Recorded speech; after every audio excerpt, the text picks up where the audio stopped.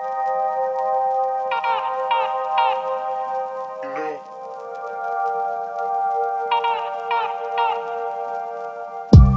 guys, I'm Courtney Giroux. I'm the massage therapist here at Moment of Truth Physical Therapy.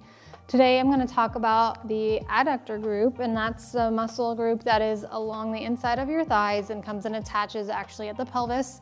And believe it or not, this muscle group is actually a opposing muscle group to the pelvic floor. So these muscles actually do help the pelvic floor. And when our pelvis gets more unstable in pregnancy and postpartum, which is very common from the relaxin hormone, relaxing those ligaments to prepare for labor and birth, the adductors might actually be firing a little bit more in a way to help stabilize the pelvis. So it's a very smart thing that it's doing, but sometimes we'll notice more tension and pain or even pulling at the pubic bone or the pelvis because of this. So I wanted to show a quick stretch and a way to use the ball to help with this that you can try at home. So we're gonna get on all fours and we're gonna stack our shoulders over our wrists so that we're protecting those. And we're gonna pick whatever side you wanna start with, but we wanna make sure we do both sides so they don't get jealous. And we're gonna just keep it in line with our hip and our ankle together. And you might feel the stretch right here, and that's okay. So you can sit here and take a few breaths here and see how much we can get that to release and melt a little bit more with each exhale.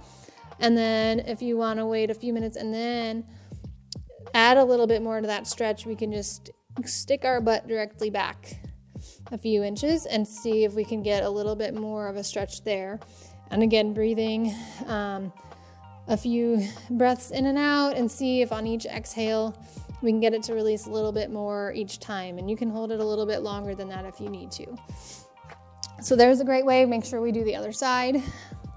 And then we'll grab the ball and we'll start a little more on our sides.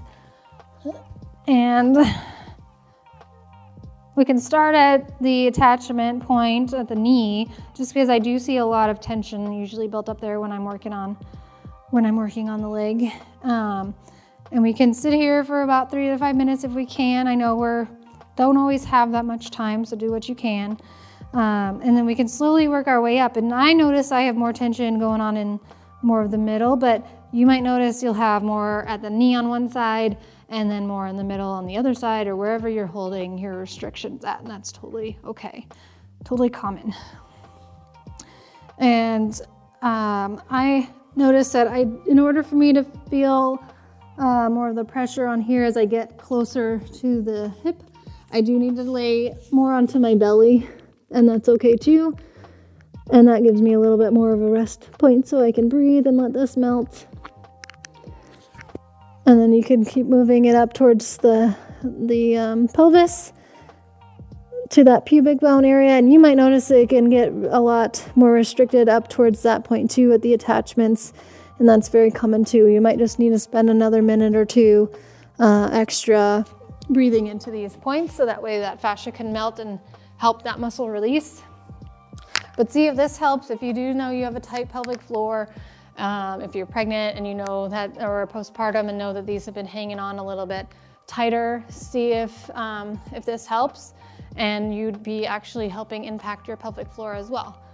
Have a great day, guys, and we'll see you on the next video.